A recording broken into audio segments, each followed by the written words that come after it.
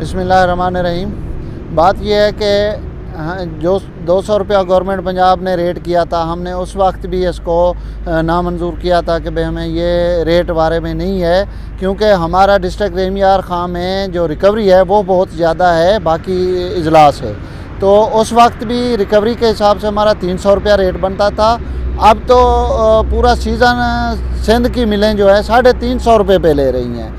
ये पंजाब के साथ पंजाब की मिलें ज़्यादती कर रही हैं। हमें 200 रुपये पे लूट लिया, अब 30 रुपये का लॉलीपॉप दे के इन्हें बढ़ा दिया कि हमें जो है ये अब सप्लाई जो है हमें फौरी दी जाए और हम जो है सिंध में ना गना जाए।